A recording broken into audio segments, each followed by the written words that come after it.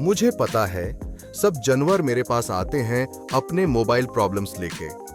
आज एक बंदर आया, बोला मेरा फोन लॉक हो गया। मैंने पूछा पासवर्ड क्या था। उसने कहा बनाना मोंटी 3 शायद। मैं सोचा ये तो आसान है। मैंने फोन उठाया, एक बटन दबाया और जोरदार बोला बनाना मोंटी 3 और देखो फोन अनलॉक हो गया। सब जानवर हैरान रह गए।